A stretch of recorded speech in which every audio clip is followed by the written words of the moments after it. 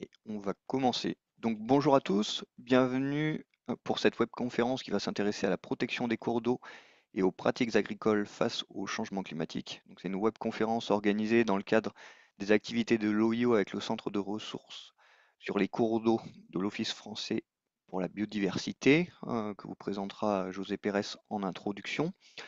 Simplement quelques mots d'introduction sur cette webconférence, à savoir que le sujet eau et agriculture est plus que d'actualité, notamment suite à l'été 2025, qui est une nouvelle illustration de l'importance de l'eau dans nos sociétés, de l'importance de l'eau, bien sûr, pour les activités agricoles sur nos territoires. Et face au changement climatique, on doit favoriser la résilience de l'eau, des milieux aquatiques et aussi de l'agriculture, pour que tous ensemble, nous arrivions à avoir des territoires et des bassins plus résilients face au changement climatique. On a souvent tendance à opposer certaines actions de préservation des cours d'eau, des milieux aquatiques avec les activités agricoles. Et l'objectif de cette web conférence, c'était d'illustrer à travers différents partages d'expériences que des synergies peuvent apparaître et sont même indispensables pour préserver à la fois l'eau, les milieux aquatiques, mais aussi les activités agricoles des territoires. Et donc aujourd'hui, on vous présentera trois aspects ou trois leviers, pardon, de la protection des cours d'eau et des territoires agricoles face au changement climatique. Je ne vais pas m'étendre plus sur cette introduction, simplement rappeler quelques consignes au niveau logistique, à savoir qu'on va vous demander, si possible, de poser toutes vos questions par écrit dans le chat. Donc merci de couper vos micros et vos caméras. On sélectionnera avec mon collègue Maxime Fouillet, que je remercie, vos questions que l'on posera aux intervenants. Donc on va alterner des phases de présentation et des phases de questions-réponses, à peu près 15 minutes à chaque fois d'intervention et 15 minutes de questions-réponses. On essaiera de traiter au maximum vos questions. Ensuite, on précise que cette webconférence est enregistrée et qu'elle sera diffusée en replay dans quelques jours. On fera également une synthèse écrite de cette webconférence.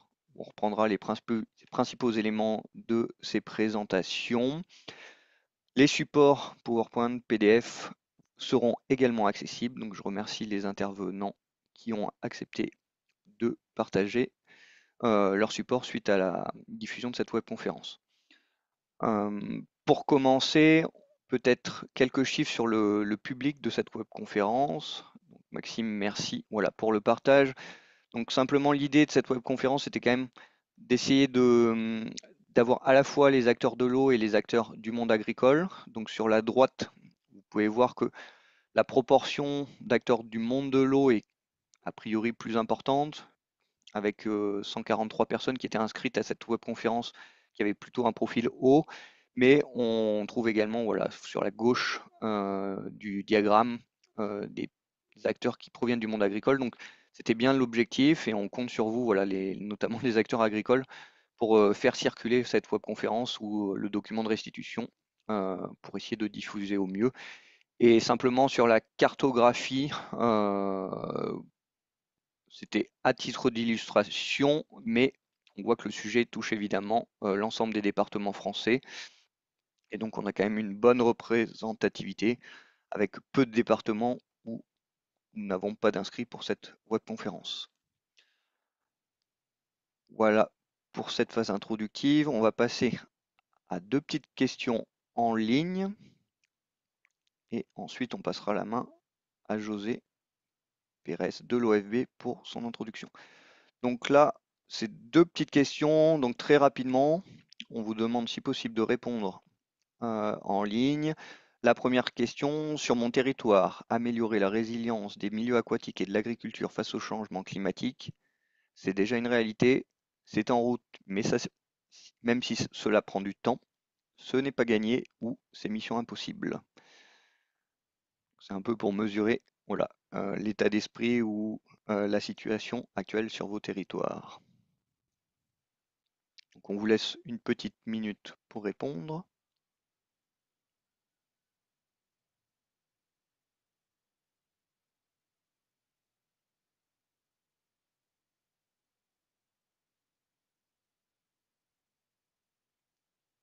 Allez, encore 30 secondes. Et j'en profite pour me présenter, puisque j'ai oublié. Donc Simon Barraud de l'Office international de l'eau. Et donc on organise cette webconférence avec mon collègue Maxime Fouillet, avec l'appui financier de l'Office français de la biodiversité.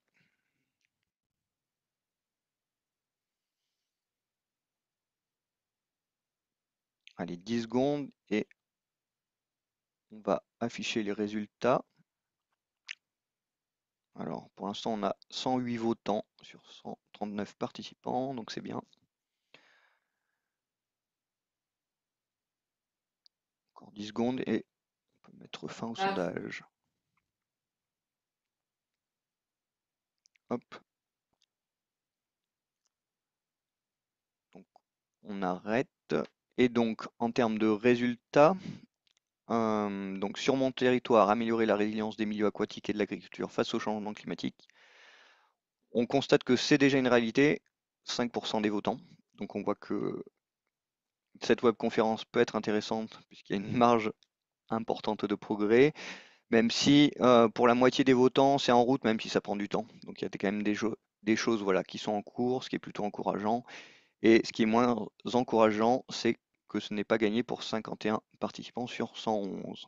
Enfin, 0% sur ces missions impossibles, donc l'espoir reste. On passe à la deuxième question, Maxime, s'il te plaît. Je pense que tu la vois en dessous si tu descends. Parfait. Donc la deuxième question, effectivement, comment pourrait-on améliorer les relations entre gestionnaires de l'eau et acteurs du milieu agricole?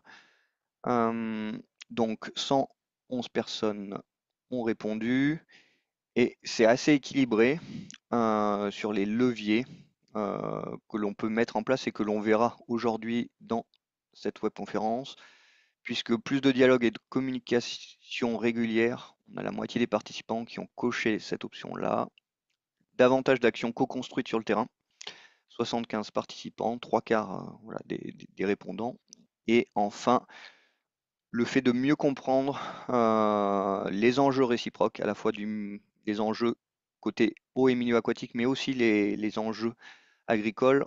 On a plus de 80% de réponses positives pour ce levier. Donc là, on voit vraiment voilà, que l'écoute, la compréhension et la connaissance sont quand même au cœur du sujet pour favoriser la résilience des territoires face au changement climatique. Et pour ceux qui ont un autre levier d'action en tête, n'hésitez pas dans le chat à partager vos leviers.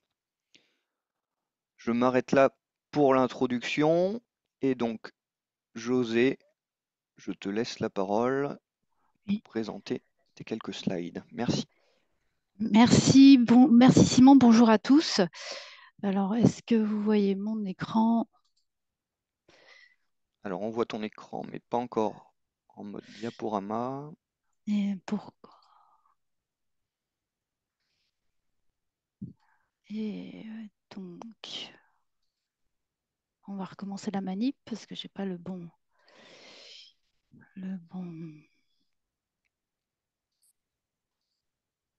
Hop.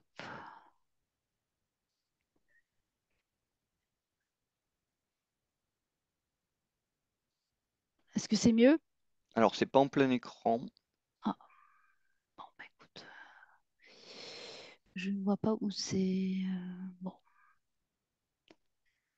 Après sinon, est-ce que oh, tu peux agrandir juste oui, je vais l'écran? agrandir, pas de Ouais, souci. Alors, bon, merci parfait. Simon. Donc, comme Simon l'a introduit, cette webconférence fait partie des activités du centre de ressources de cours d'eau, donc pour lequel l'OIO est bien impliqué dans cette organisation. Donc, je vais vous présenter ce que c'est que le centre de ressources cours d'eau, parce que c'est susceptible de vous intéresser, les outils qui sont mis à disposition. Donc, c'est un dispositif national qui est porté par l'OFB que j'anime et qui a pour objectif d'améliorer la montée en compétence des professionnels des milieux aquatiques dans leurs actions de préservation et de restauration.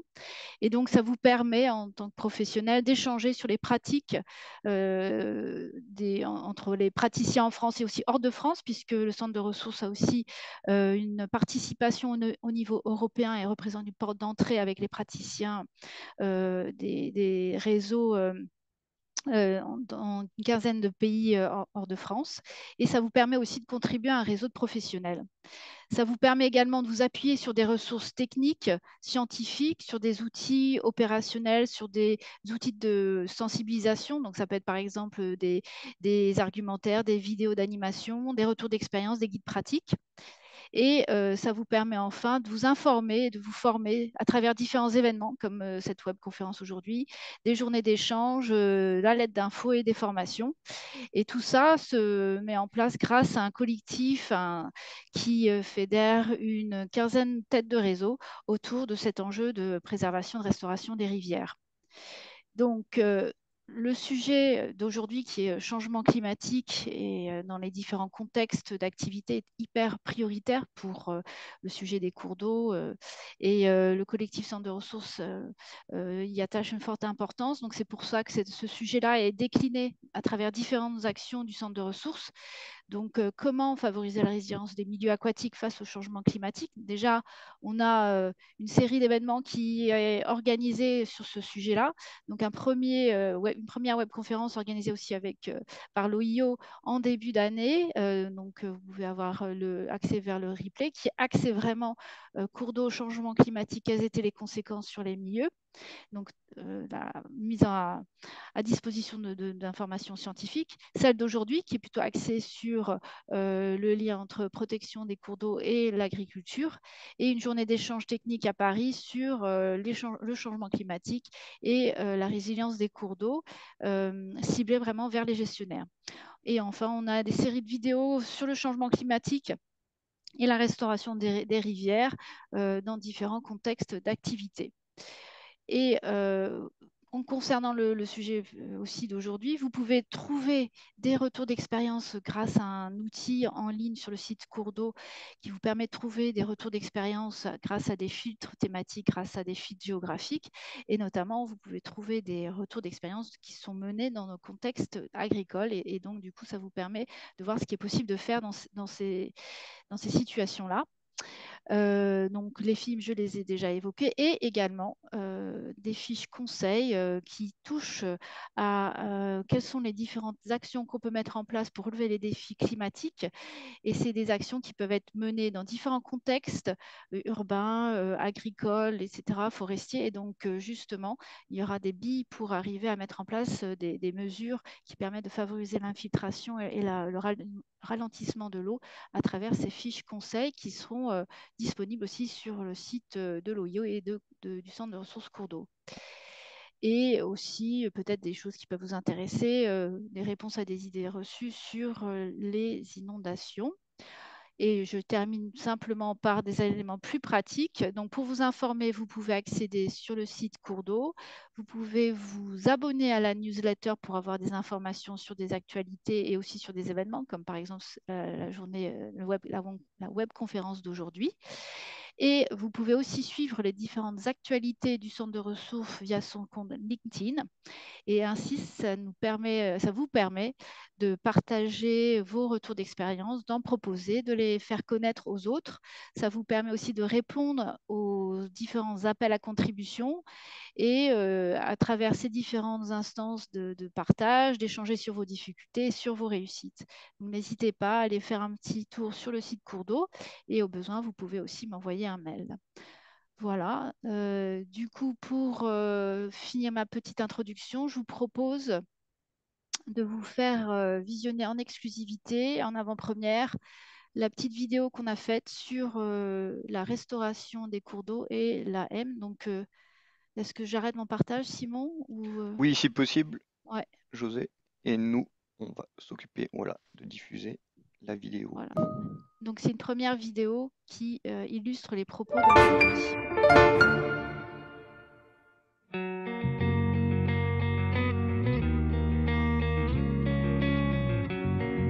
Nous sommes sur le site de Guémy, donc le point le plus haut qui surplombe la vallée de la M étant le cours d'eau qui traverse toute cette vallée. Si je veux parler des impacts du dérèglement climatique, vous avez les inondations, donc les débordements du cours d'eau. Vous avez aussi le ruissellement, toute la partie coulée de boue. Et vous avez aussi la sécheresse. On a eu tous ces phénomènes, on va dire, en en moins d'un an et demi. Donc avec nos partenaires que sont le Parc naturel des Caps et Marais d'Opale, le CIMVAM, donc syndicat mixte de la vallée de la M et la Chambre d'agriculture. Nous avons travaillé principalement sur la restauration des milieux aquatiques et aussi sur la lutte contre l'érosion des sols. Donc depuis une dizaine d'années, le CIMVM, avec l'appui technique du Parc naturel régional, travaille sur les projets de restauration de la continuité écologique de la M et de ses affluents. Donc c'est la libre circulation des eaux, des sédiments et des espèces aquatiques. On a traité ainsi un tiers des ouvrages, ce qui a permis de restaurer 33 km de rivières qui sont à présent accessibles par toutes les espèces. On aménage également des haies en expérimentation dans les prairies en bord de cours d'eau, parce que le but c'est de mettre des haies qui sont donc perpendiculaires au cours d'eau, donc des haies très denses avec un système racinaire très développé pour justement augmenter la capacité d'infiltration des sols au niveau de la haie. Ça devient une obligation de retenir l'eau pour éviter les catastrophes. Le climat change, nous on doit changer.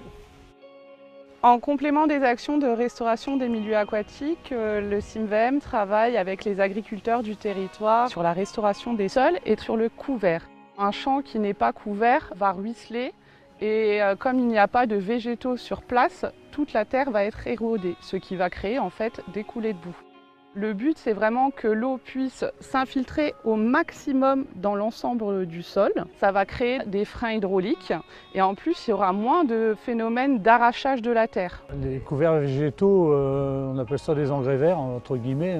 Et donc ça fait partie d'une rotation. Les dernières inondations qu'il y a eu, ce que je faisais constat, c'est qu'il ne s'est rien passé chez nous. L'ensemble des actions menées participent à limiter les impacts du dérèglement climatique. On a pu remarquer déjà que l'eau allait plus se stocker dans le lit majeur qu'avant, dans les prairies. Ces travaux permettent également d'améliorer les échanges nappes-rivières qui sont très importants, surtout en période de sécheresse. La clé du succès, c'est une implication de tous les acteurs. Donc de l'habitant jusqu'à l'État, en passant par les collectivités et aussi les agriculteurs. Ce sont des travaux d'ampleur très importante. Nos financeurs sont l'Agence de l'eau qui finance en moyenne 70 à 80% de nos projets. Bien sûr la région, le département et les collectivités locales. Finançait.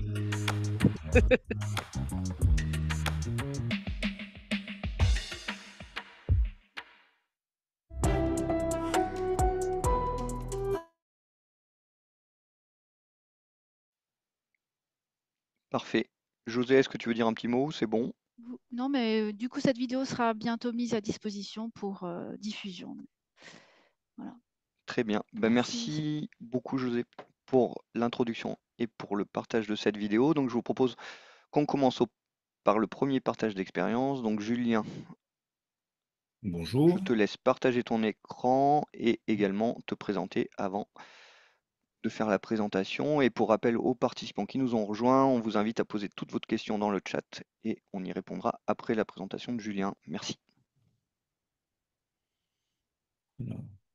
Alors, juste en mode diaporama, Julien, si Ouais, possible. j'arrive.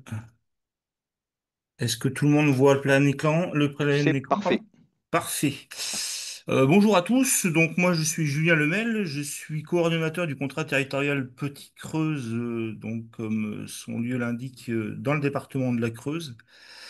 Je tente de mener à bien le second contrat territorial sur notre territoire, le premier étant un premier test qui a eu lieu en 2015-2019. Et donc, nous avons rédigé un second contrat durant le Covid en 2020 pour un contrat territorial qui est effectif en 2021-2026. Vous avez sur cette première diaporama,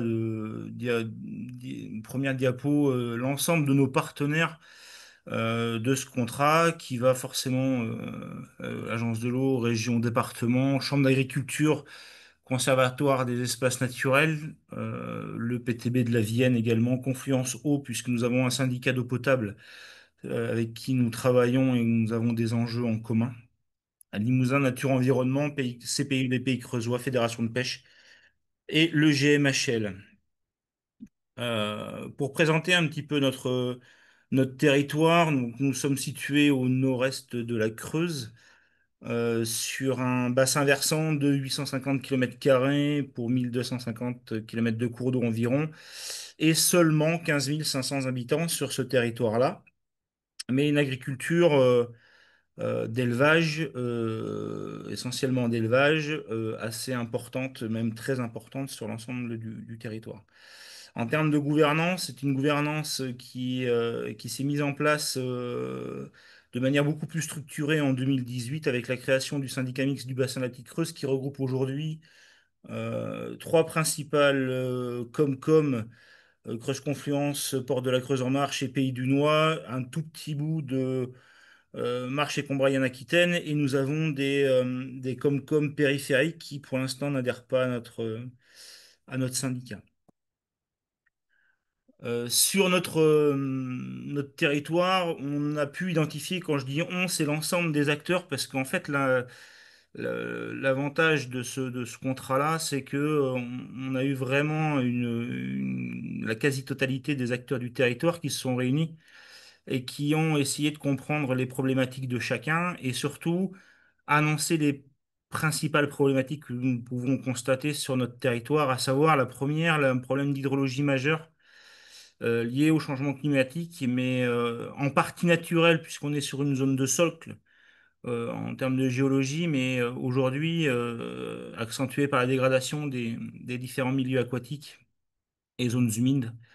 Euh, la présence de nombreux plans d'eau et une altération morphologique de la majorité de nos cours d'eau. La problème hydrologie a été marquée surtout en 2019, qui a été la première année, on va dire, électrochoc sur notre territoire. Et hélas, depuis, on a enchaîné ces années électrochocs avec 2019, 2020, 2022, 2023 et cette année 2025 sur laquelle nous souffrons encore aujourd'hui. Ces ASEC-là, enfin, on avait toujours des périodes d'étiage un peu compliquées, mais c'est vraiment depuis 2019 où on voit cette accélération et où l'ensemble des acteurs, et notamment le monde agricole, commence à se poser des questions assez sérieuses sur comment abreuver notamment les animaux compte tenu de l'état de nos milieux aquatiques. Une dégradation importante des berges également, hein, puisque avec une divagation notamment des animaux dans le cours d'eau, qui est notable. Hein. C'était pas une culture forcément de protéger le cours d'eau par des clôtures et d'assurer un abreuvement sur le territoire. Ça le devient petit à petit avec les actions qu'on a pu mettre en place, mais c'est assez long à mettre en place. Quelques discontinuités écologiques, notamment par la présence de seuils de moulins sur les cours principaux de notre bassin versant et, euh, et la présence de très nombreux plans d'eau, notamment des petits plans d'eau mal gérés ou en barrage de cours d'eau. Mauvaise gestion de la végétation des berges, des prises agricoles notamment sur certains secteurs et méconnaissance de certains propriétaires des obligations de gestion de cette végétation de berge. Quelques photos illustrant un petit peu les problématiques sur les petits cours d'eau, parce qu'on se concentre essentiellement sur le chevelu et sur le maillage des cours d'eau sur notre bassin versant, avec la plupart des dégradations qu'on peut avoir, une érosion due essentiellement à l'impact de l'élevage, l'absence de ripisylve ou alors une ripisylve qui mal gérée et qui peut derrière occasionner des soucis et des dégradations. En termes de priorisation, donc on s'est mis autour de la table et on a travaillé notamment avec l'Agence de l'eau Loire-Bretagne sur les masses d'eau les plus dégradées sur notre bassin versant. Donc vous avez ici le schéma des masses d'eau dites prioritaires où on a tenté de se concentrer en priorité car on savait qu'une action concertée pouvait avoir un impact positif sur la qualité de la masse d'eau. Donc on s'est concentré notamment sur les trois petites masses d'eau entre guillemets qui sont notées sur cette carte-là en aval du cours d'eau, sachant que les deux grandes masses d'eau, elles, sont redécoupées en sous-bassin versant de façon à concentrer nos actions de manière opérante. On a donc rédigé une stratégie feuille de route sur ce principe-là, avec quatre grands items qui est quantitatif, qualitatif, gouvernance, milieu, qui sont des thématiques vraiment récurrentes et enfin, normales sur un contrat territorial.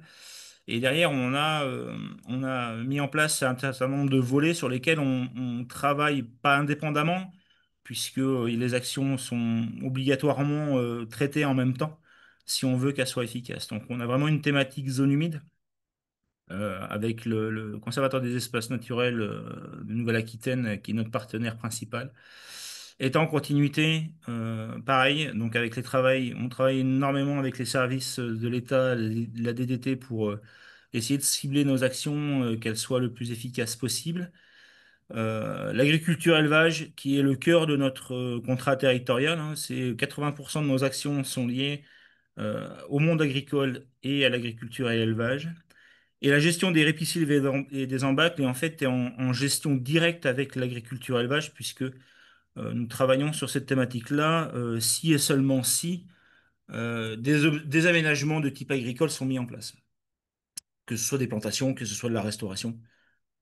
C'est vraiment un projet global qui est mis en place, exploitation par exploitation, mais ça, on va le voir un peu plus loin. Notre priorité donc avec le monde agricole, c'est de gérer l'abreuvement tout en restaurant et préservant les cours d'eau.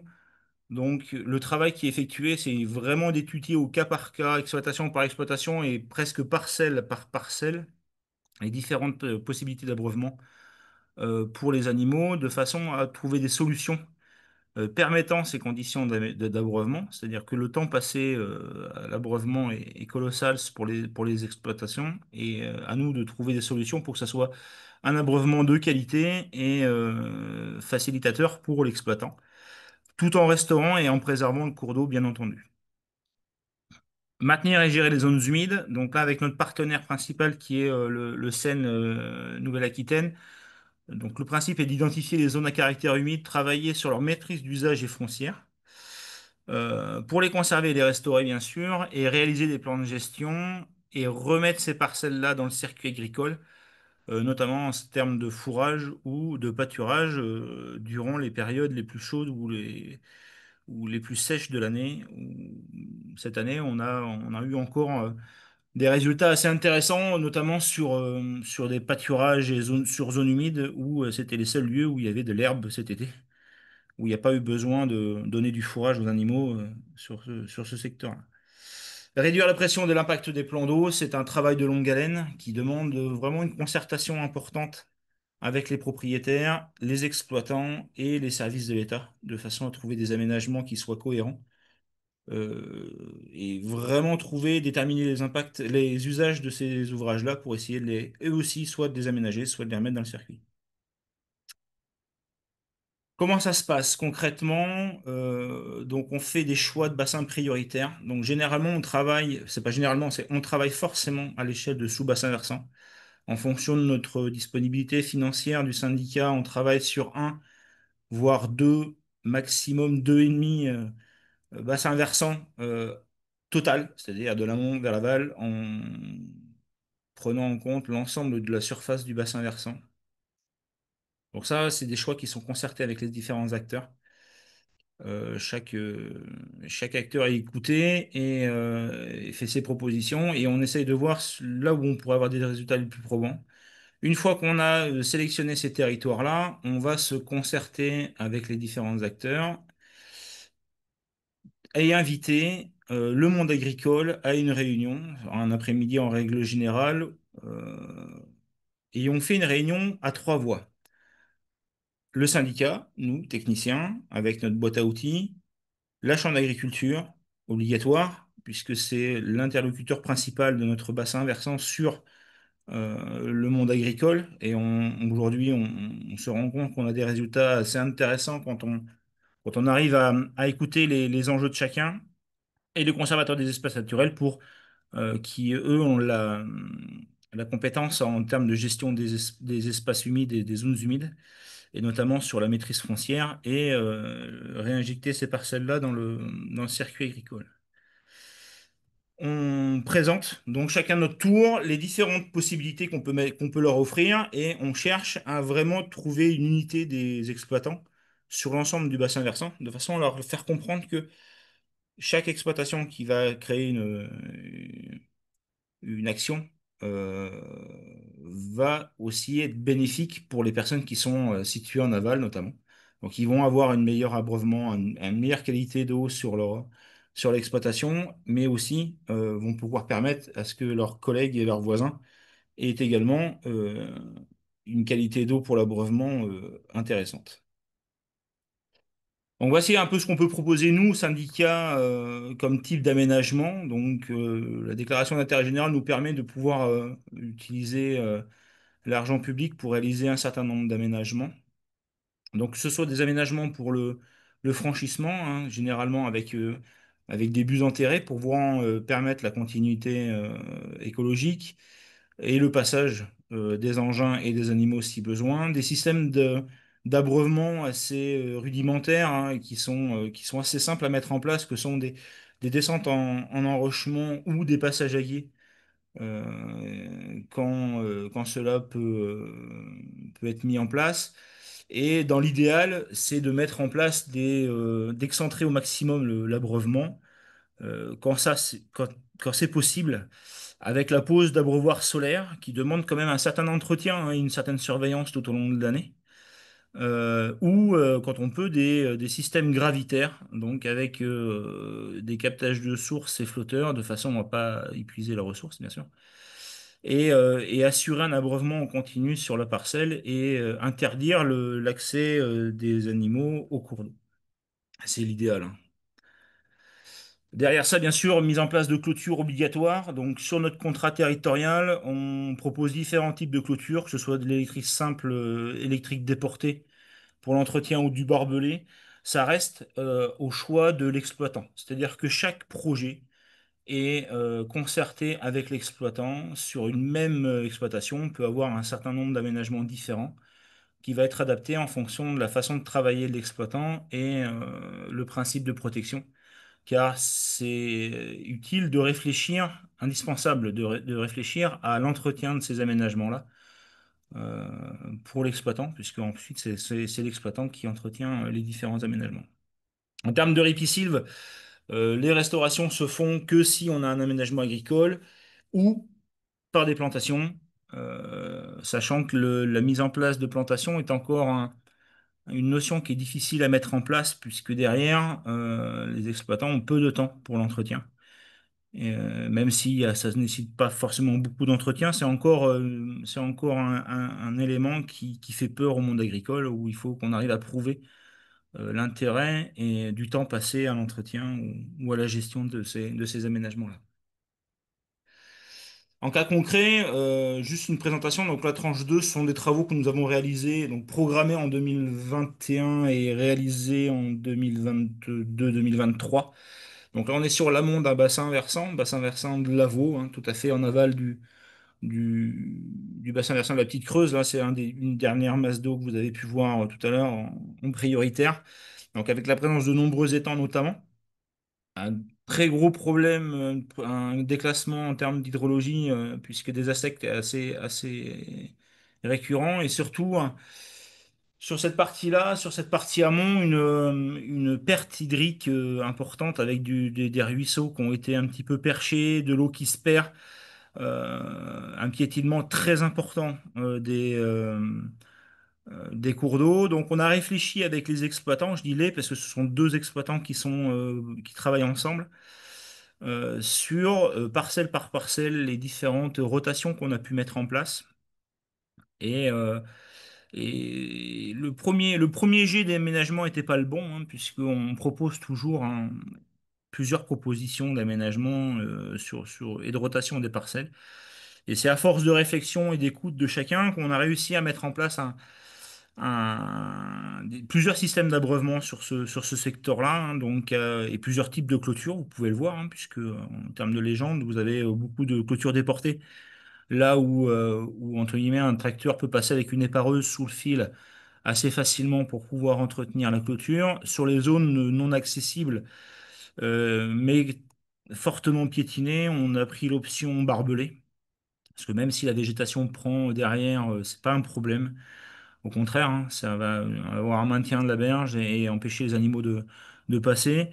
Et après, donc, mise en place sur ces secteurs-là, en fait, on a toute la panoplie hein, qui a été mise en place, hein, que ce soit du gravitaire, du solaire ou du passage à gué quand on n'avait pas trop le choix. On a réussi à mettre en place. Et aujourd'hui, c'est une exploitation qu'on suit en règle générale, puisque comme on a mis l'ensemble des aménagements sur ce secteur-là, on suit régulièrement la gestion et l'entretien de ces aménagements-là, de façon à pouvoir nous corriger les différents aménagements si on constate des soucis ou des problèmes au quotidien de gestion de ces parcelles. Parallèlement à ça, c'est toujours sur le même secteur. Donc là, c'est l'un des deux exploitants qui travaillent ensemble, Bruno Deschâtres, qui a travaillé on a mis en relation avec le CEN Nouvelle-Aquitaine, qui ont repéré une zone humide à proximité qui était complètement en déprise, dans un état lamentable, non utilisé, euh, et qui était mise en vente. Donc il y a eu discussion avec l'agriculteur et agricultrice parce que ils sont plusieurs à travailler pour que le SEN achète cette parcelle-là, réalise un certain nombre de travaux de fauche. Donc il y a eu deux types de travail, fauche avec export et fauche sans export sur des parcelles pour voir un peu la différence de gestion. Et ensuite, cette parcelle, cette grande parcelle a été mise à disposition par Comoda à l'exploitant de façon à pouvoir gagner. Alors, on ne le voit pas forcément sur la carte, mais vous avez tout un réseau de petits ruisseaux qui passent à proximité de cette parcelle-là et qui alimentent le cours d'eau que nous avons vu précédemment et sur lesquels nous avons réalisé un certain nombre d'aménagements. Tout ça pour dire que c'est vraiment ce travail de concertation avec les différents acteurs et les exploitants agricoles qui ont permis de mettre en place un certain nombre d'aménagements qui aujourd'hui fonctionnent. La Chambre d'agriculture ne fait pas que le lien avec les exploitants, puisque nous, on a besoin de connaître un petit peu le mode d'exploitation, mais c'est surtout que la Chambre d'agriculture propose, grâce au contrat territorial, un certain nombre de MAEC sur l'ensemble du territoire, pas sur tout le territoire, hein. Il faut absolument que le territoire soit sous le contrat territorial et fasse partie des bassins prioritaires qui ont été déterminés. Donc ça se détermine d'année en année en fonction des bassins sur lesquels on travaille. Donc ce sont des MAEC à la parcelle qui sont même vraiment liés à la surface de zone humide, puisqu'on a deux MAEC préservation des milieux humides, donc à deux niveaux différents. Je ne vais pas rentrer dans le détail parce que je ne suis pas suffisamment pointu dans le domaine. Juste pour vous dire que vous avez des contraintes, bien sûr, liées à la gestion de ces parcelles-là en termes de chargement, en termes d'amendements possibles ou impossibles, en termes de présence d'animaux sur les parcelles en fonction de l'année. Les critères sont vraiment clairs, avec un paiement à l'année et à la surface qui est différent en fonction du grade, entre guillemets, de protection.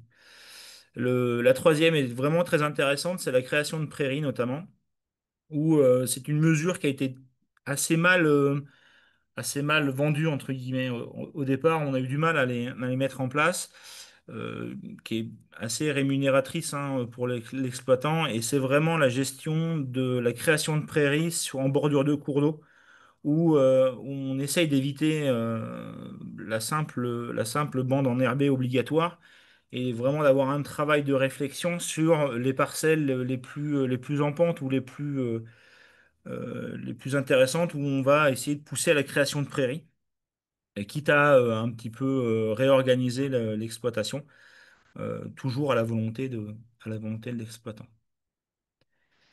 Voilà. Je ne sais pas si j'étais trop rapide ou pas. Parfait. Julien, merci. Je crois qu'on a dépassé de 3 minutes, c'est pas Ah, grave. En tout cas, merci pour cette présentation. Moi, je retiens quand même la partie dialogue, voilà, notamment dialogue à trois, comme une des clés de réussite. Et on va passer aux questions. Donc, on s'excuse par avance. Voilà, on ne pourra pas y répondre à toutes. Donc, la première, entre guillemets, que l'on a notée, c'est est-ce que les aménagements type descente de cours d'eau sont encore utiles alors que, comme vous le précisiez, les cours d'eau s'achèvent de plus en plus.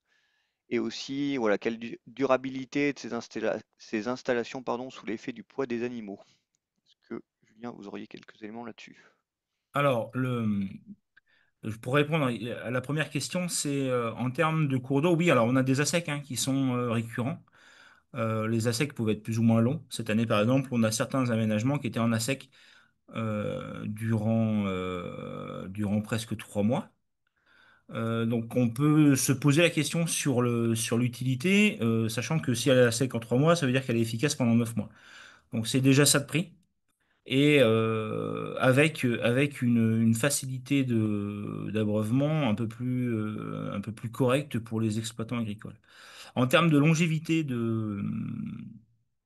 des aménagements de type descente en enrochement, on en est les premières descentes qu'on a pu réaliser il y a plus de 15 ans, hein, puisque moi ça fait 15 ans que je mets en place ce type d'aménagement-là, étaient des fois mal positionnés sur le cours d'eau et ou mal chargés entre guillemets sur le cours d'eau. Donc on a une échelle de travail en fonction du sous-sol de ce bassin, enfin de là où on va implanter l'aménagement, avec une couche de pierre qui va être plus ou moins épaisse en fonction du sol sur lequel on va le mettre. Et aujourd'hui, on a des passages à gué qui ont presque 10 ans d'existence et qui sont toujours opérationnels sans recharge de pierre. On a eu des aménagements qui ont sauté par rapport à la crue par exemple, de juin 2024 où on a eu une crue éclair sur le bassin. Certains passages ont sauté, n'ont pas bougé. Ceux qui ont sauté, c'était généralement une erreur de positionnement sur le cours d'eau. Après, on corrige. Voilà, faut apprendre de ses erreurs. Après, en termes de durabilité, en termes de rapport qualité-prix, c'est un aménagement qui coûte peu cher pour une efficacité et un non-entretien, entre guillemets, assez important. Parfait, merci Julien. On va prendre une deuxième question avant de passer au partage d'expérience suivant. Donc, avez-vous pris en compte dans votre discours auprès des exploitants agricoles du bienfait de l'eau déportée via source par rapport à l'eau des cours d'eau souvent souillée par les animaux? Est-ce que voilà, cet aspect pour convaincre, entre guillemets. Alors, on n'a pas besoin de convaincre, en fait. C'est qu'aujourd'hui, un exploitant agricole comprend vite les choses. Lui, ce qu'il n'aime pas, c'est voir ses bêtes boire de l'eau sale. Il sait très bien qu'un passage à gué, ça a ses limites. Donc, à l'observation, une vache va toujours boire à l'amont de ce passage, hein. Elle va jamais boire dans ses pieds et jamais boire l'eau qu'elle a souillée. Donc, on n'a pas eu besoin de convaincre. Dès qu'on a la possibilité de trouver une source d'eau claire en déportée, on va sur cette solution-là et les exploitants nous suivent à 100%. Et même des fois, ce sont eux qui sont force de proposition. C'est-à-dire que nous, certaines sources qu'on n'a pas vues, mais que eux connaissent, parce que enfin, les exploitants connaissent le territoire mieux que nous, hein. Nous, on connaît nos cours d'eau, mais on ne connaît pas les parcelles, on ne connaît pas le fonctionnement. Et ouais, moi, j'ai mon père ou mon grand-père, il m'a dit que là, il y avait une zone de source. Donc, on va chercher, on va regarder, on va vraiment voir si on a une zone de source captable en surface, hein, parce que nous, on va jamais très profond hein, pour aller chercher.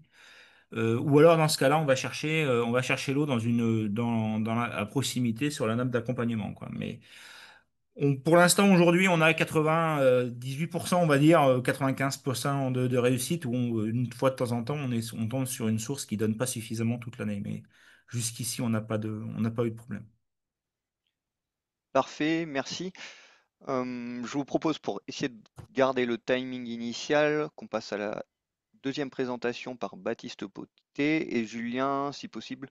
Je vous invite à répondre aux questions dans le chat qui restent. Il y avait des questions voilà, intéressantes sur l'implantation pardon, d'une ripisylve dense pour remplacer les clôtures. Beaucoup de questions aussi techniques sur la durabilité de certains aménagements. Donc merci par avance pour les éléments que vous pourrez leur produire et surtout merci pour votre intervention. D'accord, Donc je vais essayer de Baptiste, répondre. Ouais, je vous laisse partager, mettre en plein écran, vous présenter, et vous avez 15 minutes. Voilà. Merci. Merci Simon. Bonjour à toutes et à tous. Je m'appelle Baptiste Potet, je suis chargé de mission et animateur du projet LIFE Rivière d'Ordogne au sein de l'établissement public Épidore. Et je vais vous présenter un début de retour d'expérience en termes de gestion du foncier dans l'objectif de préserver les milieux aquatiques de la rivière d'Ordogne, préserver l'eau et aussi maintenir des activités agricoles. Donc, pour commencer, l'établissement public Épidore est né en 1991 d'une volonté commune de 6 départements pour s'unir et impulser une politique de gestion de l'eau cohérente à l'échelle du bassin versant de la rivière d'Ordogne, ce qui a donné une charte Vallée d'Ordogne au début des années 90. Ensuite, au fil des années, l'établissement s'est structuré en syndicat mixte est devenu établissement public territorial de bassin en 2020, avec une volonté d'accompagner les collectivités et les partenaires vers une gestion harmonieuse de l'eau et également des milieux naturels alluviaux autour de la rivière d'Ordogne, bien entendu, mais de l'ensemble des affluents. On porte des missions donc d'intérêt général pour une gestion durable tant d'un point de vue qualité que quantité, une gestion donc écologique des milieux et aussi une gestion intégrée. On anime notamment 3 schémas d'aménagement de gestion de l'eau à l'échelle du bassin. Et depuis 2021, on est devenu propriétaire et gestionnaire du domaine public fluvial sur environ 260 km de rivière, ce qui nous apporte voilà, un appui supplémentaire pour intervenir, et notamment à travers des travaux de restauration en cours d'eau. Les enjeux sur notre territoire, ils sont multiples. Donc déjà, on a un grand bassin, un grand périmètre, près de 25 000 km², une partie amont côté Massif central avec de forts enjeux de production d'hydroélectricité. La 3e chaîne hydroélectrique française, après la Durance et le Lot. Des activités passées qui ont encore aujourd'hui un impact sur la qualité des milieux naturels, les activités d'extraction au niveau des gravières dans le lit principal, mais également dans la plaine alluviale, et aussi les aménagements de protection de berges, de maintien de berges qui ont lieu également à la fin du siècle dernier jusqu'au début de ce siècle.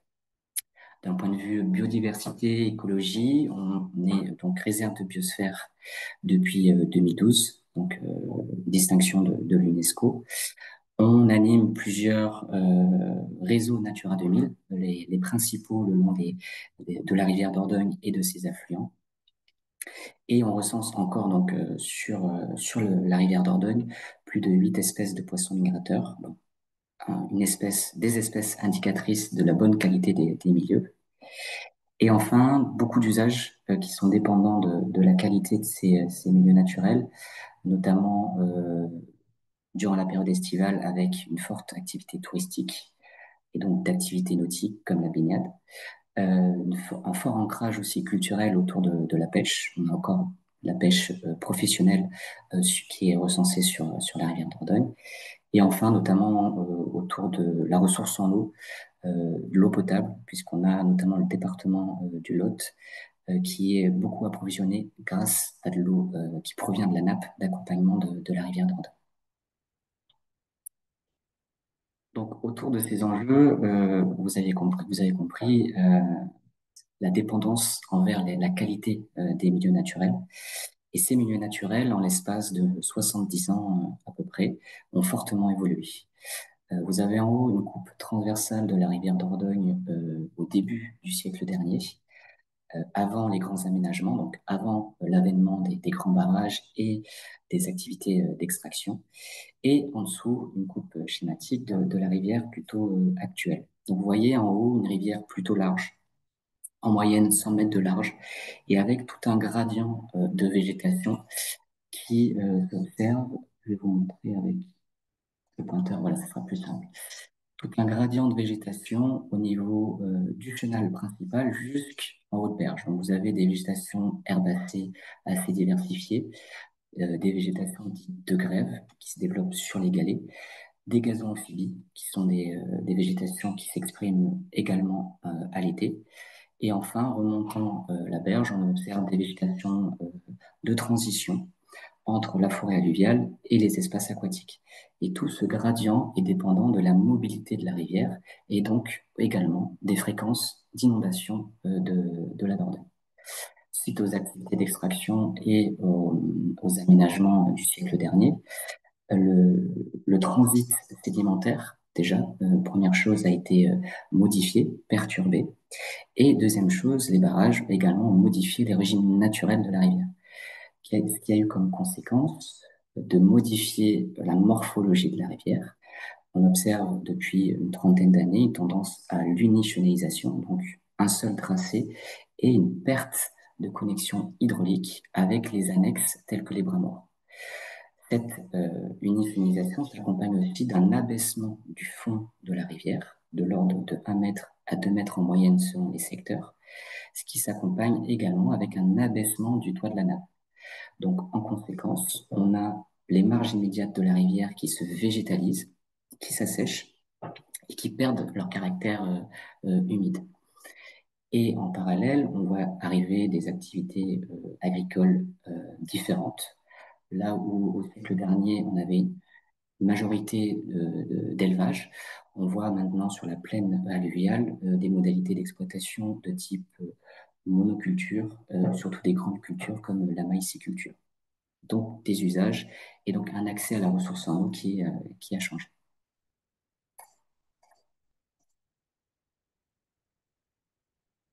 Le constat, au début des années 2000, donc on a réalisé plusieurs études pour appuyer ces observations. Et en 2019, on a posé une candidature à la Commission européenne pour un projet LIFE. Le LIFE est un outil financier de la Commission européenne pour améliorer un État, notamment un État environnemental, en encourageant des politiques européennes. Donc là, comme objectif qu'on s'est donné dans le cadre de ce projet LIFE, c'est de cibler des habitats d'intérêt communautaire structurés autour de 3 périmètres Natura 2000 et également cibler 3 espèces de poissons migrateurs d'intérêt également sur le tronçon de la rivière Dordogne.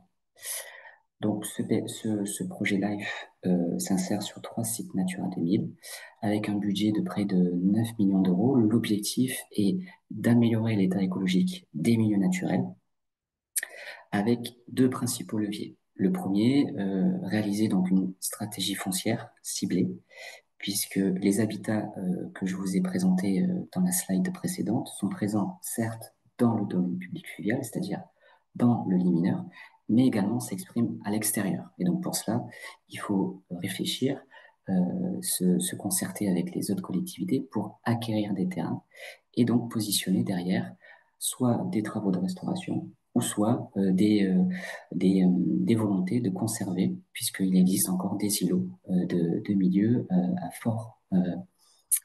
à bon état écologique.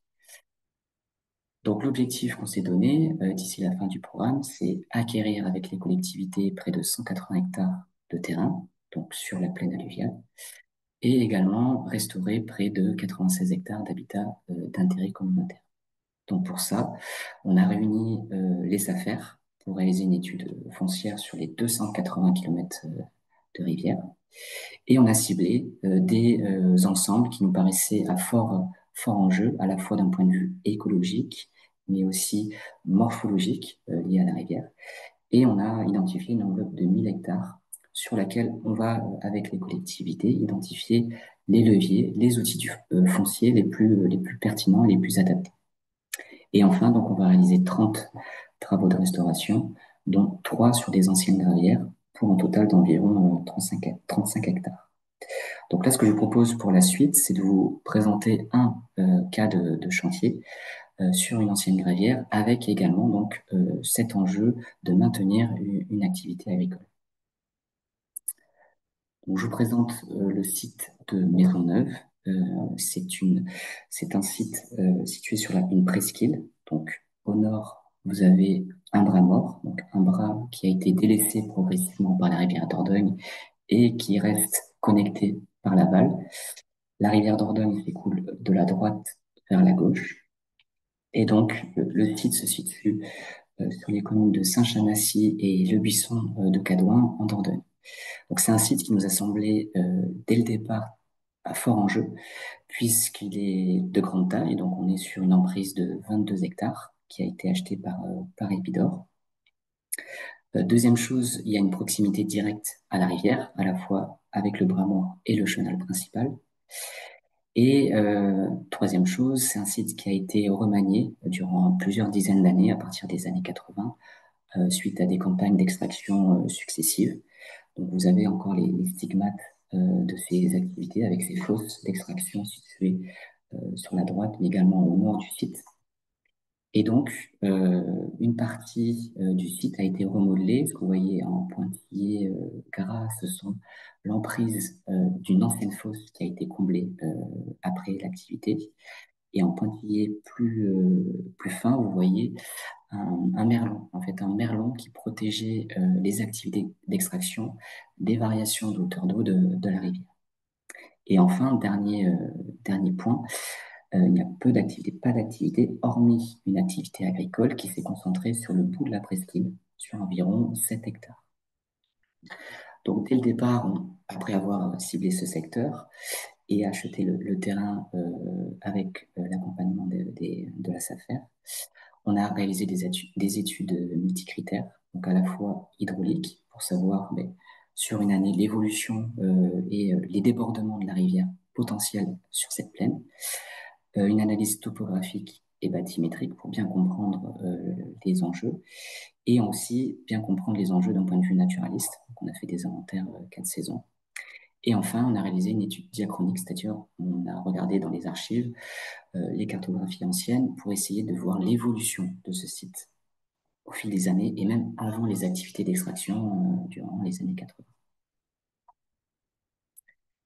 Quelques photos pour présenter le site avant intervention. Donc en haut, par exemple, vous voyez une friche pauvre en biodiversité qui englobait, qui entourait l'ancien bassin d'extraction qui, lui, n'a pas été touché, mais qui est bien dans l'emprise du projet. Cette friche, en fait, était très pauvre en biodiversité puisque les sols étaient très compactés du fait des anciennes activités d'extraction et également très imperméables. Donc voilà, on avait un sol qui ne retenait pas l'eau. Sur la partie basse, vous voyez le site avant travaux, côté exploitation agricole. Donc on avait une exploitation de type monoculture avec l'utilisation d'intrants et principalement voilà, une maïsiculture assez classique le long de la rivière Dordogne. D'autres photos, cette fois-ci le long du bras mort. Donc, on observe encore une ripisylve plus ou moins riche, avec une zone humide constamment en eau. Donc ça, c'est les points positifs. Mais on n'observe pas cette transition, ce gradient de végétation qui s'observe naturellement le long de la rivière Dordogne.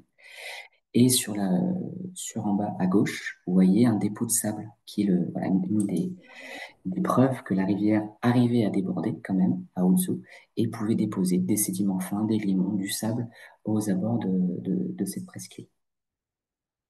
Donc cette étude s'est appuyée sur ces photographies pour présenter derrière un projet qui se calque le mieux possible sur les ambitions qu'on s'est données dans le cadre du projet LIFE, donc parvenir aux 96 hectares d'habitat restaurés sur l'ensemble des 30 sites.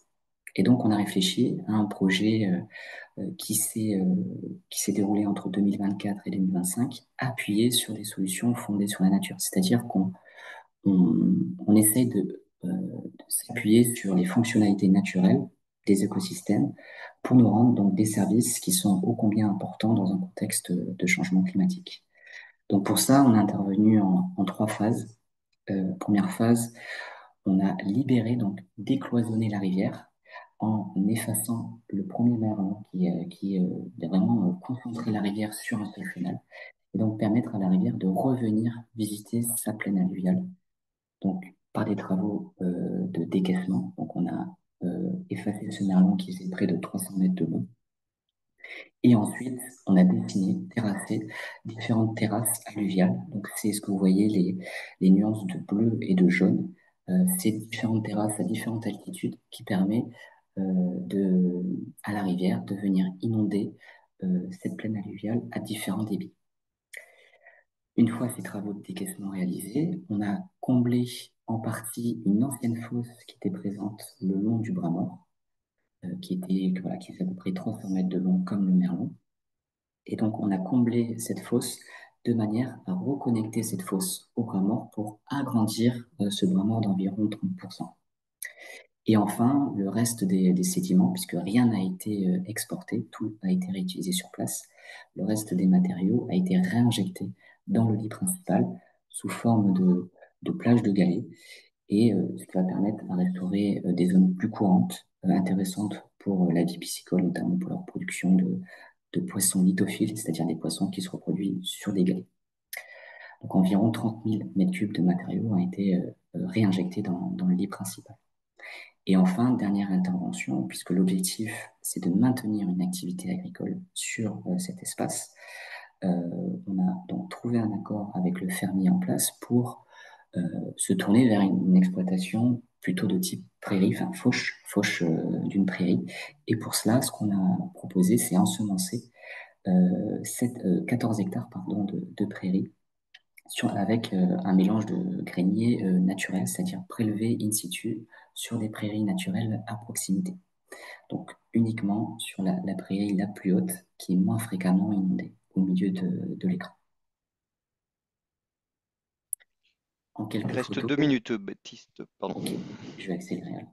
Quelques photos, vous voyez à droite donc le niveau de terrassement qui est quand même assez important pour parvenir à re-inonder cette terrasse alluviale qui s'est déroulé en quelques mois. Et donc, le début des terrassements avec les terrasses qui se dessinent petit à petit grâce aux engins. La phase ensemencement, après les terrassements, donc on a fait intervenir du matériel agricole classique avec donc un mélange grenier riche et adapté puisqu'on est venu prélever sur des prairies aux alentours et avec un mélange grenier composé à 50% d'essence à fleurs et 50% globalement de graminées. Les résultats attendus donc, dans ce contexte de changement climatique sont multiples. Premier, d'un point de vue biodiversité, on s'attend à observer environ 300 espèces de plantes et 70 animales. Donc, c'est des chiffres qui ne sont pas tirés du chapeau comme ça, c'est des retours d'expérience de d'autres chantiers similaires. Pour l'activité agricole, donc on a augmenté la surface exploitable, on est passé de 7 à 14 hectares avec l'accord donc de l'exploitant, et donc une amélioration de la qualité agronomique puisque les sols seront plus perméables, vont retenir plus facilement l'eau, et aussi on a incité la rivière à déposer des sédiments fins, des limons qui vont enrichir les sols. On s'attend aussi à un service lié à la régulation de l'eau, donc on a estimé ça avec la bibliographie d'environ 6 500 € à l'hectare, donc service de régulation pour maintenir une bonne qualité de l'eau, équivalent donc à 150 000 € sur ce site. Donc voilà, c'est à prendre avec des pincettes ce chiffrage, mais c'est issu d'une bibliographie et d'études françaises. Et enfin, d'autres enjeux liés à l'inondation. Donc on diminue ce risque et aussi, voilà, on a amélioré ce qu'on appelle un peu l'aménité paysagère en restaurant différents habitats et on utilise aussi ce site pour sensibiliser le grand public. Quelques photos pour présenter le site après intervention. Donc on voit différents types de végétation avec des milieux qui restent humides plus longtemps. À gauche, la prairie qui a été ensemencée, qui a bien repris, et de la reprise spontanée tout autour sur laquelle on n'est pas intervenu. On fera des observations très pointues. On voit donc des sédiments qui commencent à se déposer, à être charriés. Donc on voit que le site évolue assez rapidement au fil des crues. Et donc, on commence à réaliser les suivis depuis cette année. Donc, à la fois un suivi agroécologique, on va suivre en accord avec l'appui de l'Institut Agro-Rennes Angers, la qualité fourragère de la prairie sur des sols qui ont été ensemencés versus des sols où on n'est pas intervenu. Ensuite, on va suivre l'état de conservation des milieux naturels avec l'appui des conservatoires botaniques nationaux. Et enfin, à l'aide de stages, on va étudier les trajectoires d'évolution des végétations suivant les différentes modalités, donc notamment là où on est intervenu avec des plantations, avec de l'ensemencement, pardon. Et au contraire, là où on n'est pas intervenu, est-ce qu'on arrive aux mêmes trajectoires, au même type de végétation que ce qu'on s'est donné comme objectif. Et enfin, on a d'autres types de suivi, plutôt hydraulique et sédimentaire, en appui avec l'Université de Lyon, pour savoir voilà, l'évolution du site. Donc là, je vous ai présenté quelques figures, mais sur un autre site, puisque c'est encore récent pour le site de Maisonneuve. Et enfin, l'étude sur l'impact des échanges nappe-rivière qui va venir. En fait, on veut vraiment voir si on a un effet significatif sur le toit de la nappe en réinjectant massivement des matériaux dans la rivière. Voilà, j'espère que j'ai pas été trop long. Je vous remercie pour votre attention. Merci Baptiste pour cette présentation. Donc, qui a mis en avant, on avait vu dans la première présentation de Julien plutôt le volet dialogue entre acteurs. Là, on voit le volet notamment foncier avec des superficies agricoles en plus, tout en permettant une restauration du cours d'eau et de ses berges. On va passer rapidement aux questions. Donc, une question notamment sur le suivi biodiversité. Vous aviez trouvé combien d'espèces lors de votre inventaire 4 saisons? La question est posée notamment par rapport à l'estimation qui avait été effectuée pour 300 espèces. Je ne sais pas si vous avez quelques éléments. Voilà. Le chiffre précis en tête, mais d'un point de vue richesse, c'était assez pauvre, hein, étant donné le degré de détérioration de la plaine suite aux activités d'extraction. Et surtout, ce qui était flagrant, c'est qu'on avait peu ou pas d'espèces typiques des milieux alluviaux, parce que ce milieu tendait vers une plaine plus sèche, pardon, et moins connectée à la rivière. Donc, on avait très peu d'espèces protégées, mis à part sur les marges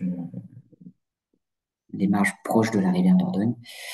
Et donc, bien entendu, on a pris en compte ces enjeux, ces milieux où il y avait des espèces protégées pour bien les préserver, pour bien les éviter et prioriser les interventions là où vraiment les milieux étaient très détériorés. Parfait, merci. Peut-être une dernière question et on passera au troisième partage d'expérience. Avez-vous réussi à contacter avec la SAFER sur une recherche uniquement autour du cours d'eau où il a fallu faire une recherche sur tous les territoires communaux qui intersectaient le cours d'eau? Est-ce que sur ce point vous auriez des éléments? Ouais, pas vraiment. Mais oui, en effet, l'étude foncière, dès le départ, on voulait, avec les SAFER, réfléchir sur les 280 km de rivière et réfléchir sur les plaines alluviales parce que on a une volonté de maintenir ce corridor fluvial, donc sur l'échelle longitudinale, mais aussi transversale, parce que les enjeux sont aussi transversaux. Et donc, sur certains secteurs, l'emprise de cette étude foncière est assez large, notamment sur la plaine alluviale. Et donc, on a identifié les parcelles publiques, les parcelles privées, et on a identifié environ 30 grands ensembles où on va maintenant, avec les collectivités, avec les comités de communes et les communes, travailler vers une stratégie foncière partagée pour maintenir ces milieux naturels. Donc, voilà, je ne sais pas si j'ai répondu à la question, mais vraiment l'idée c'était d'avoir sur ce diagnostic foncier, le partager et ensuite revenir vers les communes pour construire réellement une stratégie et les outils derrière qui seront les plus adaptés pour parvenir à réaliser ces acquisitions. Parfait, merci beaucoup Baptiste. Je vous propose qu'on en reste là et Baptiste, il restera voilà, deux petites questions, une sur les prairies, est-ce que c'est prairies à destination fauche ou pâture, si vous pouviez répondre dans le chat, et également les Girondins qui aimeraient voir plus intervenir Épidore, donc je vous laisserai si possible la répondre dans le chat. En tout cas, merci pour cette présentation et on va passer au dernier retour d'expérience qui concerne le projet européen SpongeWorks. Et donc, je vais laisser la main et la parole à la Chambre d'agriculture de l'Ariège. Marie, voilà, je te laisse partager, mettre en plein écran et également vous présenter. Et vous avez à peu près 15 minutes. Voilà. Voilà, pour ce dernier retour d'expérience. Alors là, Ouais, on j'ai voit de la entendu. présentation, juste si tu peux basculer en mode diaporama. Parfait, merci. Super. Marie Golba, donc conseillère en agronomie à la Chambre d'agriculture de l'Ariège. Et Anne-Claire Latry, je suis agricultrice en Ariège et élue à la Chambre d'agriculture de l'Ariège. Donc aujourd'hui, on va vous présenter donc le projet SpongeWorks. Le projet SpongeWorks s'articule autour des mesures éponges face au changement climatique. Donc on va rentrer dans le détail juste après. Donc ça a commencé en 2024 et ça va tirer jusqu'en 2028 avec comme postulat de base donc les solutions donc basées sur la nature comme levier pour renforcer la capacité de rétention naturelle de l'eau dans les bassins fluviaux européens, rendant ainsi les régions plus résilientes face aux impacts du changement climatique. Donc là aussi, tout l'objectif, c'est donc de travailler sur la gestion donc, de l'eau et donc notamment face au changement climatique à travers 3 bassins de démonstration.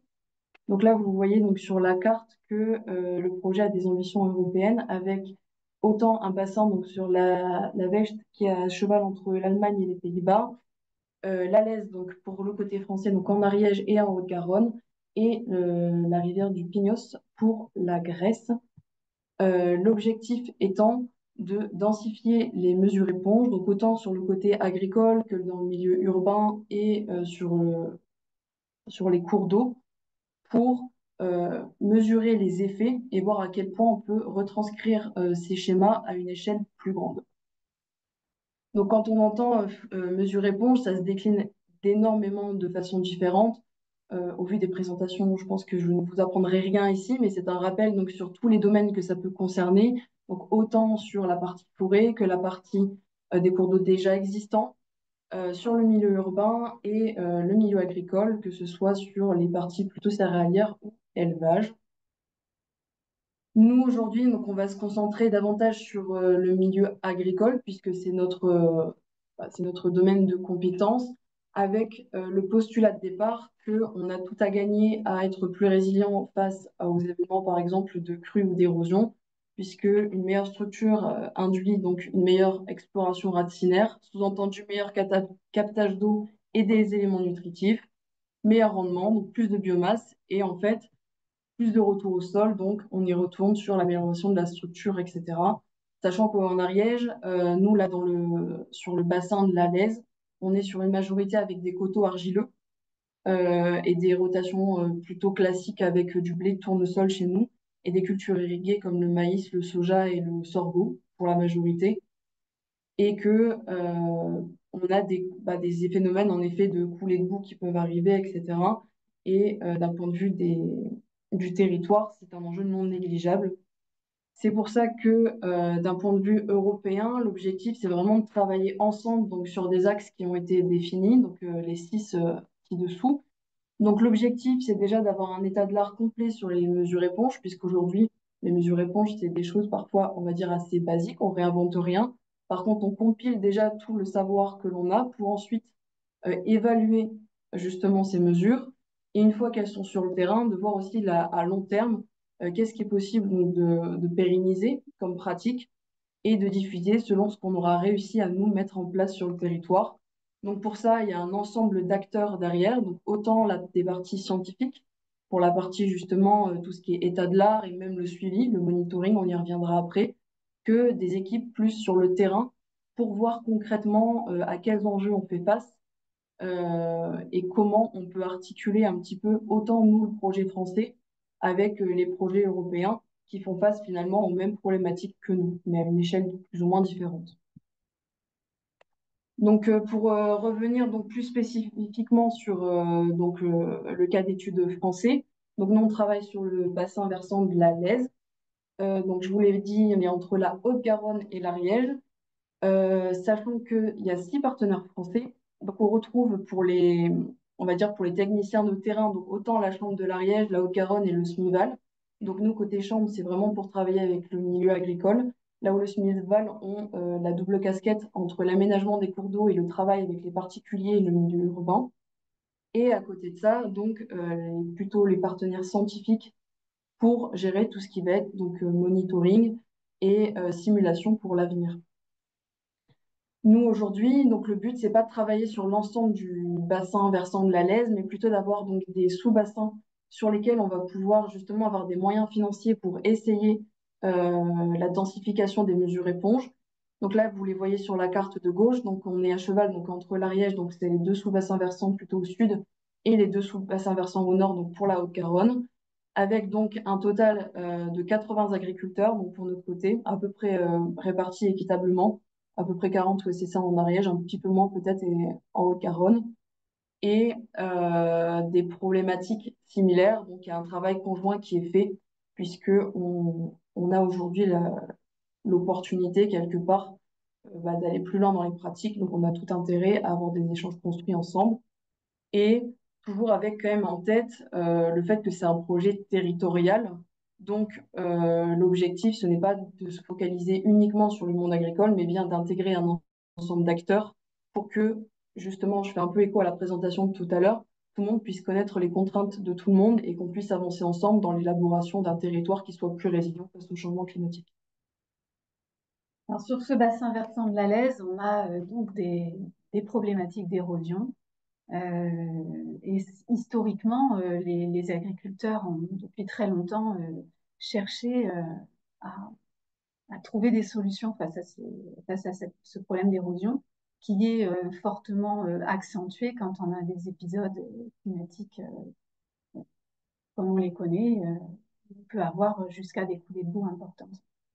Donc, il n'y a rien de pire pour un agriculteur que de voir son sol partir. Hein, c'est tout son outil de travail qui s'en va. Donc, c'est vraiment une problématique qui est depuis très longtemps prise en compte par les agriculteurs. Le plus, on va dire, d'un projet comme ce projet SpongeWorks, c'est d'amener d'une part cette capacité à mesurer, à quantifier, à évaluer toutes ces mesures, tout ce qui est mis en place, puisque on va dire que les agriculteurs travaillent de manière empirique. Là, on a les moyens de voir quels sont réellement l'impact des solutions qui peuvent être testées.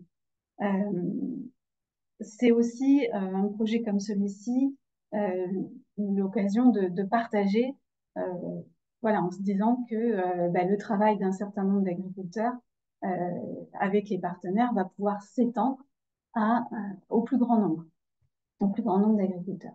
Et puis, c'est aussi l'occasion de pouvoir financer donc ce mix de solutions qu'on évoquait tout à l'heure, qui permettra qui tendra à réduire ces problèmes d'érosion. L'autre intérêt d'un projet comme celui-là, c'est évidemment la plus-value du partenariat, qui est très riche. Ça permet de mettre tout le monde autour de la table. On l'a dit, dans une écoute et un respect mutuel des intérêts de chacun. C'est aussi des personnes de l'extérieur qui arrivent, extérieures au bassin, et qui apportent beaucoup d'éléments pour justement garantir cette discussion et ce partage au sein du territoire.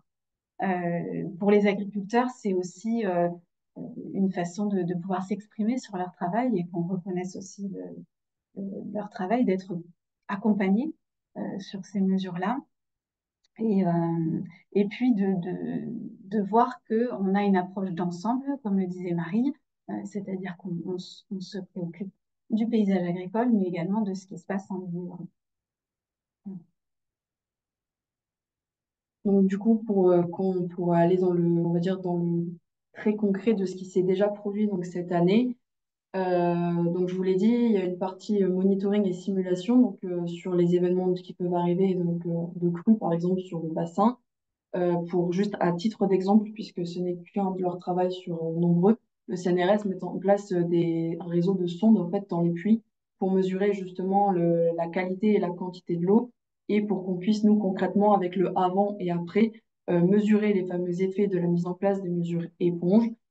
Et avec plein d'entrées de base sur le bassin, on avait suffisamment de données pour en fait simuler aussi comment il va réagir et comment il va pouvoir évoluer à l'avenir.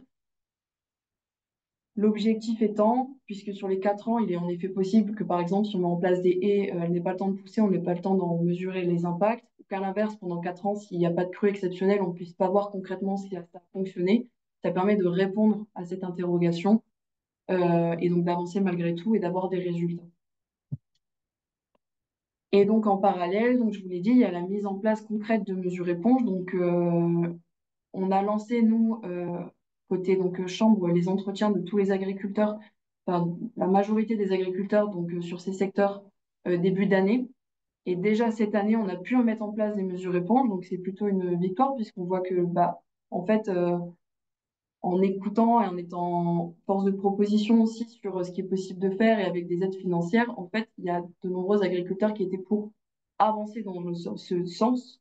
Donc ici, donc c'est le monde agricole. En parallèle, le syndicat mixte, le SMIVAL, dont j'ai abordé tout à l'heure, a lui aussi commencé à travailler avec les propriétaires privés pour avancer sur l'aménagement des cours d'eau, sachant qu'on reste, nous, sur une logique globale de ralentir les flux au maximum pour que l'eau puisse s'infiltrer au maximum et que les surplus puissent être relargués lentement et éviter donc ces effets arrachage de terre, comme on l'avait entendu en introduction.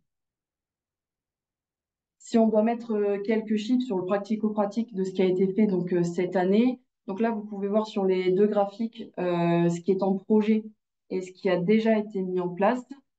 Désolée pour le graphique qui est mi-anglais, mi-français, mais bon, projet européen oblige, je pense que ça posera de problème à personne.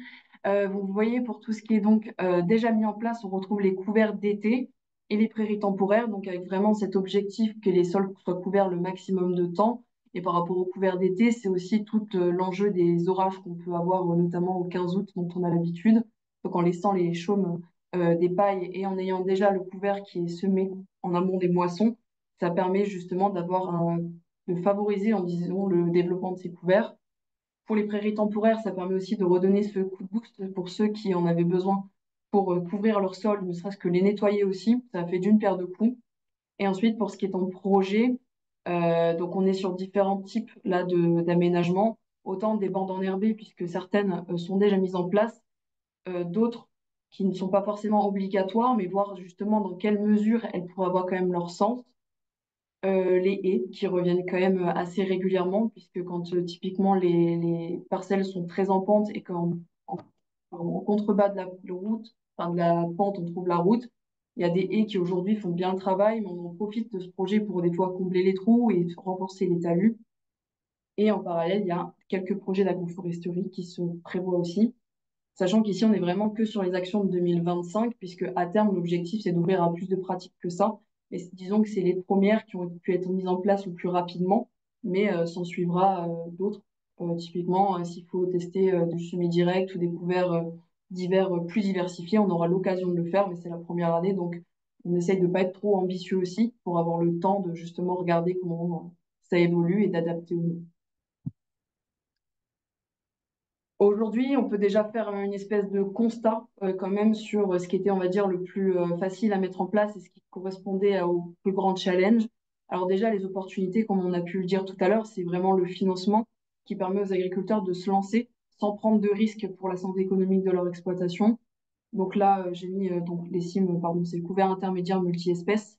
Donc nous, en Ariège, on n'a pas encore pris le pli, mais la Chambre de l'agriculture de Haute-Garonne, eux, ont commencé par là. La plantation donc, de haies et consolidation des talus et notamment les retours terrain local. Donc, dans le sens où aujourd'hui, par rapport aux mesures éponges, on a quand même beaucoup de références, mais on manque toujours de références qui sont au plus proches des exploitations. Donc là, c'est une réelle opportunité par rapport à ça. Et en même temps, nous, étant donné que dans la construction de cet accompagnement aux agriculteurs, on les rencontre un par un pour comprendre justement leur contexte, pour aller au plus près de leurs besoins, on peut aussi en profiter donc pour refaire cette sensibilisation par rapport au sol et à l'eau et comprendre ensemble comment on peut avancer. Donc en parallèle, par contre, les difficultés, c'est en effet la question du long terme, puisque là, aujourd'hui, l'opportunité qu'on a de financer, ça va finir par s'arrêter, et voir aussi qu'est-ce qui pourrait permettre donc de continuer dans ce sens-là. L'entretien des haies, on l'a entendu tout à l'heure, et nous, il revient aussi très régulièrement comme argument. Donc, on travaille sur comment on pourrait gérer ça de manière collective ou non, on y travaille. Et enfin, l'aspect social aussi du territoire, puisque Euh, Forcément, au-delà des nombreux partenaires au sein même du milieu, il faut aussi qu'il y ait un travail collectif sur chacun jouer un rôle dans la mise en place de mesures, puisqu'on cherche vraiment à mesurer cette mise en place. Donc, c'est un aspect social non négligeable et sur lequel aussi on travaille avec notamment, je pense, aux partenaires grecs qui ont pas mal d'avance là-dessus et qui sont du coup très riches d'expérience. J'en profite pour parler des Grecs, puisqu'en fait, si vous voulez, ça fait vraiment partie du cœur du projet de travailler les uns avec les autres pour construire ensemble donc, un territoire qui permettra donc d'être diffusé à plus large échelle ensuite, avec donc différentes organisations d'ateliers de co-concertation, donc qui est très large en termes d'acteurs, donc que ce soit donc les communes, les associations, les organismes étatiques. On brasse vraiment beaucoup de personnes comme ça. Tout le monde a quelque part pu dire ce qu'il en pensait, comprendre aussi les autres et avancer ensemble donc vers, vers une résilience qui est autant cherchée de toute façon côté agricole que côté urbain et même pour juste la bonne santé de nos cours. Et pour, pour conclure, je voudrais dire aussi qu'un projet comme celui-là a toute son importance pour nous permettre de prendre un peu de hauteur sur des enjeux un peu plus globaux de l'agriculture, mais qui rejoignent complètement les enjeux du territoire, à savoir que toute l'innovation et le changement de pratique qui peut se mettre en place sur les exploitations agricoles qui demandent du temps, qui demandent de l'argent, ne pourra être pérenne et réussi que si les exploitations agricoles sont en bonne santé économique. Et ça, c'est important d'en tenir compte. De même que dans les facteurs de réussite, la question de l'accès à l'eau est essentielle, puisqu'on le sait, en termes de transition agroécologique, de pouvoir avoir accès à l'eau et irriguer est un des facteurs de réussite très importants, que ce soit pour diversifier les rotations, pour l'exemple d'implantation de couverts en été, pour la santé des plantes. Enfin, voilà, à tout point de vue, c'est un des facteurs de réussite. Voilà, donc je pense que c'est important aussi de pouvoir prendre cette hauteur de vue avec un projet comme celui-ci qui est ambitieux. On a globalement fait le tour, donc merci. Puis, on vous écoute pour les questions. Merci à vous deux pour cette présentation voilà, très intéressante sur le projet SpongeWorks. De mon côté, je retiens voilà, un projet quand même intégré, où autour de la table, on a une forte diversité d'acteurs, que ce soit des acteurs agricoles, urbains, plutôt des gestionnaires au milieu aquatique. Donc ce que vous avez mis en avant, voilà, je pense que c'est très intéressant. Et après, une dimension voilà, aussi internationale qui permet des échanges d'expériences, puisque on se rend compte que les problématiques que les Grecs, les Allemands, les Néerlandais ou les Français rencontrent sont souvent les mêmes. Et ces problématiques liées au changement climatique voilà, demandent des nouvelles solutions que le projet SpongeWorks permet de tester. Donc merci beaucoup pour les questions. Pour l'instant, on a quelques-unes. Je vais commencer par la première qui concerne est-ce que le sens du travail des sols, le choix des engins agricoles sont des leviers identifiés dans le cas de SpongeWorks? Donc, voilà, est-ce que ça fait partie des mesures éponges? Alors, on va travailler dans tous les cas sur justement autant le sens de la pente. Aujourd'hui, c'est vraiment là, faut voir la pente qu'on a. On y réfléchit fortement et l'objectif, c'est que on va d'abord se baser sur ce que nous, on est déjà capable de faire, puisqu'aujourd'hui, même des agriculteurs en dehors de la lèse ont, quand ils le peuvent, changé le sens de la pente. L'objectif, c'est aussi de travailler avec les CUMA, puisqu'on a des CUMA très actifs sur le département qui sont aujourd'hui justement même preneurs de voir s'il y a des démonstrations qui peuvent être faites pour qu'on puisse tester et voir concrètement si c'est réalisable ou non. Mais a priori, c'est quand même pas la priorité, puisque là, on parle aussi de potentiel complètement chamboulement aussi, donc de pratique. Et c'est parfois une étape qui est pas la plus accessible en termes de première étape.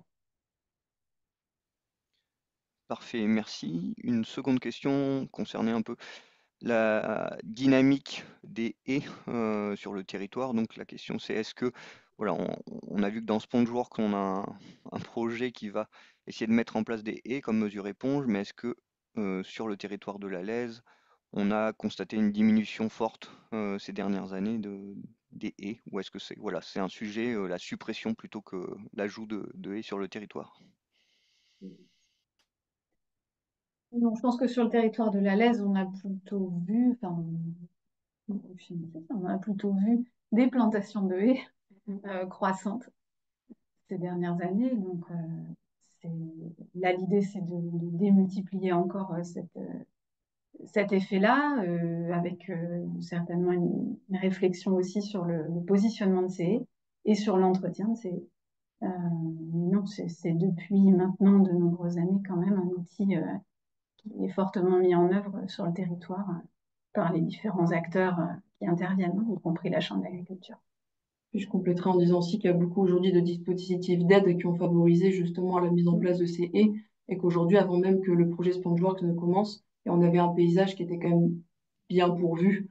Et donc là, aujourd'hui, on complète aussi, on offre l'opportunité à ceux qui n'ont pas franchi le cap, mais c'était déjà bien engagé.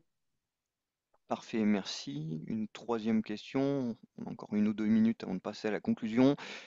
Sur la diffusion, la communication des résultats de Spongeworks, est-ce que vous pouvez nous donner quelques éléments? Donc aujourd'hui, l'objectif, c'est que de toute façon, ce soit donc en effet diffusé. Il y a tout un pôle de personnes justement qui sont mobilisées exactement pour cette raison. Donc typiquement, je dois faire la promo, on est en AG la semaine prochaine sur Spongeworks. L'objectif, c'est qu'il y ait les différents publics qui soient touchés. Typiquement, nous, côté chambre, l'objectif, ce sera de faire des rencontres, plutôt des rencontres dont on a l'habitude de faire, par exemple du bout de champ, etc., pour vraiment faire du retour d'expérience d'agriculteur à agriculteur dans un premier temps, puisque le but, c'est d'abord d'être déjà nous, de voir est-ce qu'on est convaincu de quelque chose pour le diffuser. Et ensuite, dans tous les cas, il y aura forcément donc, des livrables qui vont être réalisés avec l'appui donc des partenaires scientifiques pour apporter des chiffres les plus concrets possibles, en plus de nous, les observations de terrain qu'on peut faire. Donc ça, dans tous les cas, l'objectif, c'est oui, de communiquer le plus possible. Mais pour l'instant, comme on est encore sur les phases d'ébauche, en termes de résultats, c'est pas encore très riche. Par contre, les événements vont se multiplier pour faire en sorte que tout le monde ait accès à ce qu'on arrive à démontrer ou non. Parfait, peut-être une dernière question que j'ai vu passer. Est-ce que voilà, la mesure éponge de type baissière ou nous est une mesure du projet Spongeworks? Oui, alors là, pour le coup, par contre, ça touche plus forcément nous, notre domaine de compétences côté chambre. Par contre, nous, le SMIVAL, donc le syndicat mixte, travaille justement à faire donc, des baissières, en effet, des ouvrages filtrants de mémoire et encore d'autres aménagements sur les cours d'eau, donc toujours dans l'objectif de ralentir les flux, mais c'est prévu. Mais ils ont commencé par les propriétaires privés, puisque nous, on ne voulait pas non plus accabler le monde agricole, une chose en son temps. Parfait, merci beaucoup et je vous laisserai si possible, voilà, dans le chat, il y aura une petite question sur les rendements. Donc voilà, si vous pouvez y répondre par écrit. En tout cas, ben, merci à vous deux. Je vous propose, on est dans le timing donc de conclure. Donc tout d'abord, merci à tous les intervenants. On a eu des expériences riches du nord vers le sud. On a commencé avec José, le centre de ressources du côté de Vincennes, et après on est descendu par la Creuse, la Dordogne, et on a fini entre la Haute-Garonne et l'Ariège. Donc on a pu voir des leviers différents, mais complémentaires. Je pense qu'on peut mobiliser pour essayer de mieux préserver les milieux aquatiques, les ressources en eau, mais surtout pour avoir un projet territoire cohérent et ainsi favoriser la résilience des territoires. Donc c'est souvent une entrée eau, mais on a la résilience agricole qui va de pair et on voit que l'un ne peut aller sans l'autre. Et donc les exemples qu'on a voulu vous proposer aujourd'hui étaient pour illustrer le fait que si parfois on souhaite améliorer les ressources en eau pour la biodiversité, pour le milieu aquatique, c'est aussi et surtout l'eau un point essentiel pour la préservation et la résilience agricole des territoires. Donc on voit qu'on peut concilier les deux. On voit aussi que le dialogue, l'écoute, le partage d'informations, la connaissance sont des éléments clés. Donc on espère que cette webconférence a participé à ce partage de connaissances, cette meilleure compréhension des enjeux de chacun, de chaque type d'acteur. Et on vous invite à aller sur le centre de ressources cours d'eau de l'OFB et notamment son site internet pour retrouver de nouveaux retours d'expérience. N'hésitez pas également à partager vos expériences, donc à contacter José Perez de l'OFB ou l'OIO et mon collègue Maxime Fouillet, que je remercie pour son appui pour cette webconférence. On vous dit à bientôt et n'hésitez pas à relayer la vidéo de cette webconférence qui sera mise en ligne prochainement, ainsi que les supports et une synthèse écrite qu'on vous fera parvenir à tous les inscrits. Merci à tous et on vous dit à bientôt.